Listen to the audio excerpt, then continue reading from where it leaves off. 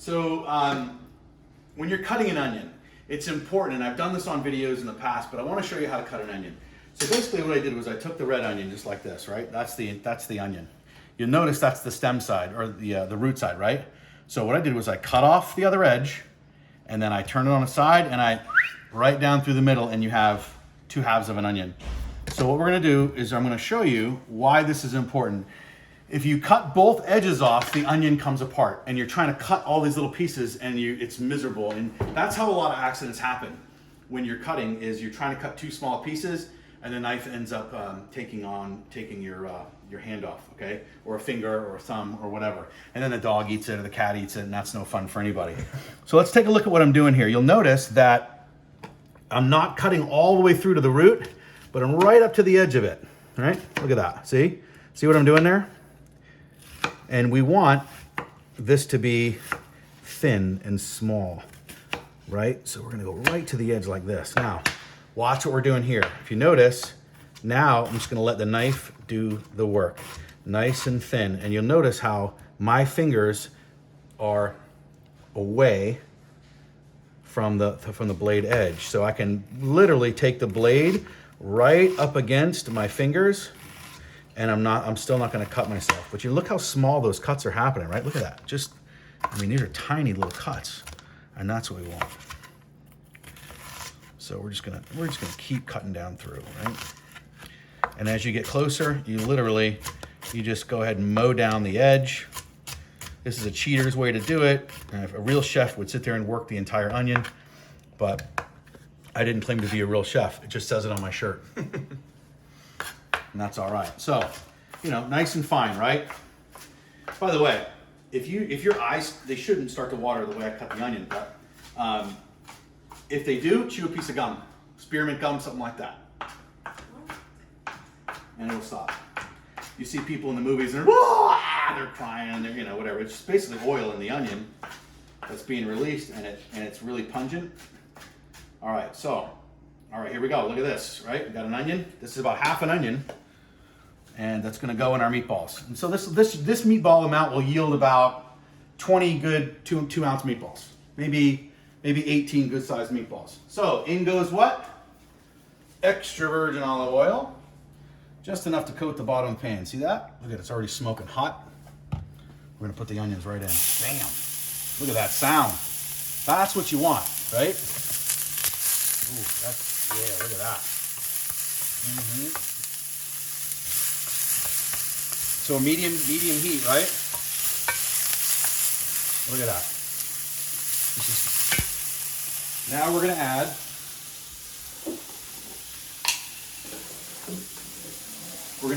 about a good heaping spoon of garlic right on top of it. Now what's important about the garlic is you don't want it directly, on the heat. And if it gets too hot, you can either add a little white wine to cool it down, so that temperature drop right away. Look at that. So now you're gonna have this white wine soaking up into these onions, and the smell here in about 30 seconds is gonna blow you out of the water. All right, so we're back over here to our spices, and the first thing we're gonna add is a little parsley. Look at that parsley in there, right? Then we're gonna do some, I'd already cut these up last night. We're gonna add this is oregano in there. That smells insane. Oh, it's gonna be stupid. It's just absolutely stupid. And then we're gonna put some basil, some fresh basil right in there. Look at this.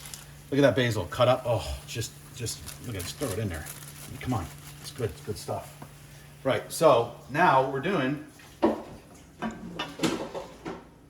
is you're gonna let this cook. That wine, that cold white wine, drop the temperature down, and that's okay. You're not, don't worry about that. Don't be panicking because it's not sizzling anymore. It's already starting to come right back up, okay? So, you'll notice that we had a good amount of wine on the bottom there, but it's starting to do what? It's disappearing, man. Where's it going? It's going to the onions. It's going to the garlic, okay? Look at this. Pinch of salt. That's a pinch, okay? Pinch of pepper. Pinch. That's it. Don't overwhelm let the spices do the work. You don't have to overwhelm it with salt. And by the way, I don't need to add more salt because pork has a lot of salt in it. So you're gonna get salt flavor out of the pork as well, okay? So now, if you look, this is becoming a paste, almost like a paste, which is perfect. Now, I also love to put mushrooms in mine. Chop up portobello mushrooms, just like I did an onion, and throw it in there. And it becomes this super flavorful, you know, like a portobello mushroom, super flavorful in your dishes.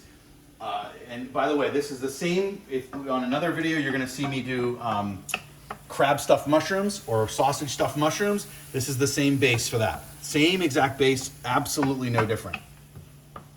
All right, cut the heat down to low, let that sit there, and here's what we're going to do. Would you put that in the fridge, please, pal? Yes, sir. Good job, young man. This guy's going to be a chef someday. That and a doctor, smarter than I am. Better looking, too. Top shelf's cool. All right. So we got our egg in there, right? We're going to open up our veal. And we're going to drop the veal in there. Okay. It's just about a pound of veal. And we're going to drop our meat in there. So you've got pork and a half pound of pork and a pound of beef. All right, so that sits in there. You can cut the heat completely off. Oh, by the way, anytime you handle raw meat, wash your hands in between what you're doing. This is very, very important because you don't ever want to have bacteria on your hands when you're cooking. So it's just important to have that all taken care of. All right, so now this mixture, those onions are gonna go right in. Look at this, it's all we're doing. Look, just gonna pour it right in there. Notice what I'm doing. By the way, if you have any of that bruschetta bread left over or any of that crusty bread from dinner last night, after you clean this bowl or this pan and you put all the ingredients in there, just waft that bread in there and just delicious. It's crazy good. Not yet. So, all right, so we've got our mixture in here together. Now we got to add the other stuff that's going to go in. What is this? Parmesan and Romano. It's fine. You can use straight Parmesan. And what we're going to do is we're going to add about, 4 or 5 shakes of good cheese in there. Imported breadcrumbs. This is Italian breadcrumbs. I like them. They work well. Great flavor, great consistency. And you add a couple shakes of that in there. You don't need much. Maybe a 1/4 cup if you like to measure. I don't measure anything. I don't feel like I really need to because it's, in the pantry. Thanks. And, I'm not scared to get my hands in there. So what you want to do is now you're mixing it all together with your hands. And what's going to happen is you wait till you smell this. This is just going to be stupid. Oh, I mean, just. And the egg, essentially, the egg's in there because when you put these together in balls, and you can either sear them on the stove top, and sear the edges to give it a little crispy edge. Some people like crispy or not crispy, but like a little bit of a harder edge to their meatballs. Some people don't, and you can just throw them in the oven at 350 for about 30 minutes. Okay. On a broiler tray or a broiling tray of that kind. I'll show you. We'll do it here for you. So what's going to happen, some people, old school, they like to drop the meatballs right in the sauce and let it cook down. So you got 2.5 more hours of cooking time on your sauce.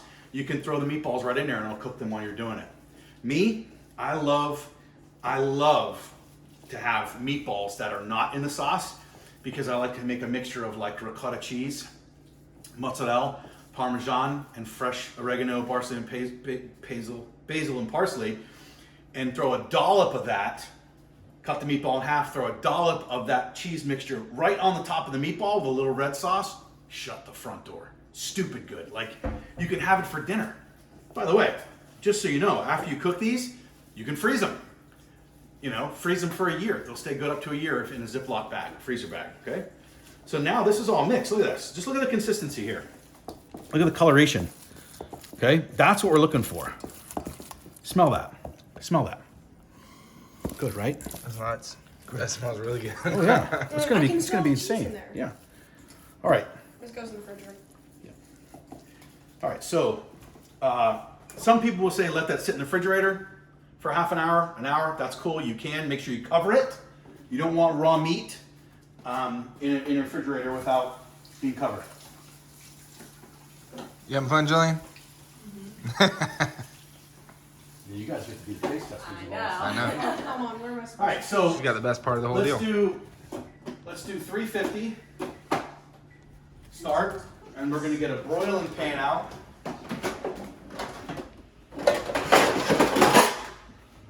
So for those of you who don't know what a broiling pan is, this is a broiling pan. Why is it two pieces? So this is the surface the meatballs go on, and the bottom is where the traps of the fat, right? So that's you're gonna see. It's gonna have some fat and some grease or whatever. But this is great because I mean, you can get all the meatballs. Now again, this should make, depending on how big the meatballs are. I like to take just enough that my fingers can pinch, and I'll show you that in just a second. But that, and I roll it, okay? And then you put the meatball in here. Normally, I would sear them back on the stovetop in a skillet, in a non-stick skillet, and I just keep turning them to get a crispy edge, but we don't need to do that today. We don't need to do that today. So let's take a look. Now, look at the colors in there, man. So, I'm gonna grab one like this. Look, so that's about 1.5 ounces of meat. Maybe almost 2 ounces. That's a good sized meatball right there. Oh, look at that. And the egg is what's gonna allow it to, Stay together. well, it keeps it together, so the breadcrumbs, Yeah. but it's gonna crisp up, yep.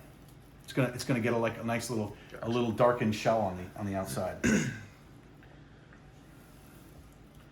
So you stay consistent with the size, so it cooks properly, cooks evenly all the way through. You don't have one giant one small one, you know. And again, we're all in for maybe $15 for this meal, right? When you think about this, you cook these after they're cooked. You can freeze them. You can have them as appetizers. One of the things I like to do is I'll buy an extra loaf of bread, and the next day, busting out meatball subs. Oh yeah! Can And we these, eat the meatball? if your hands are absolutely perfectly clean, yes. So, probably this. Yep. With your marinara sauce that you're using. Oh, listen. Oh, huh. And I'll show you how to make a quick meatball sub. I mean, it's super simple. You basically want to cut the bread not all the way through. You cut it and you hollow a little bit of it out with your hands, just a little bit of the bread out. Okay. And that's good, Tristan. Nice job. And you take the cooked meatball in there. You put a layer of Parmesan and mozzarella on the bottom, inside the bottom of the bread. Put the meatballs on top of it. Then you add a little red sauce. Don't go crazy. And then you coat the bread in olive oil. Oh shoot. Sprinkle some garlic powder on the outside of it. And put it in tin foil. Throw it in the oven for about 7 minutes at 350 degrees. And out comes a crusty, delicious, ridiculous meatball sub that'll just make your friends jealous. You'll be like, listen, man, I'm gonna bust out a meatball sub tonight, and you'll use up leftover meatballs. It's good. Awesome. Good job. Go wash your hands. So we're running out of space here. We're gonna have to cook some of these on the stove. There you go. Perfect. So 2 days. Congratulations, the audience. I can get 3 more on there, I think. Do you want me to wash the knife, sir? Yeah, just be careful. Just our rinse.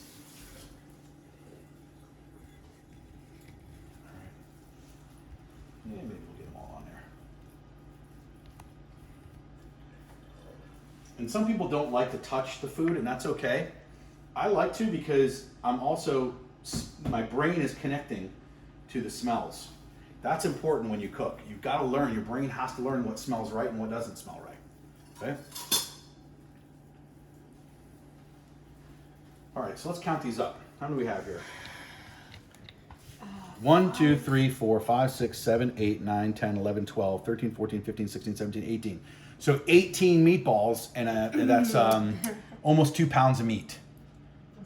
That's a lot. So do the math. Those are what? A pound is 16 ounces. So we cooked with 2 pounds of meat. So they're two basically 2 ounce portions. And a good portion of meat in a meal is 6 ounces. So if you're making spaghetti meatballs, 3 meatballs on the pasta, and that's that's the sound. Boom. Goes Wait. right in. Look at this. Perfect timing. Bada bing, bada boom, bada bing. We're gonna set it for 30 minutes. Now you can go watch the game. You go do your homework. Me, I like to clean my kitchen. I hate a dirty kitchen. I don't want dishes or any of that. So I'll spend the next time while that's cooking, I'm gonna clean up the kitchen, and when we come back, we'll have a meal. We'll taste the food, all right? How's that sound? Sounds good to me. Yeah. All right.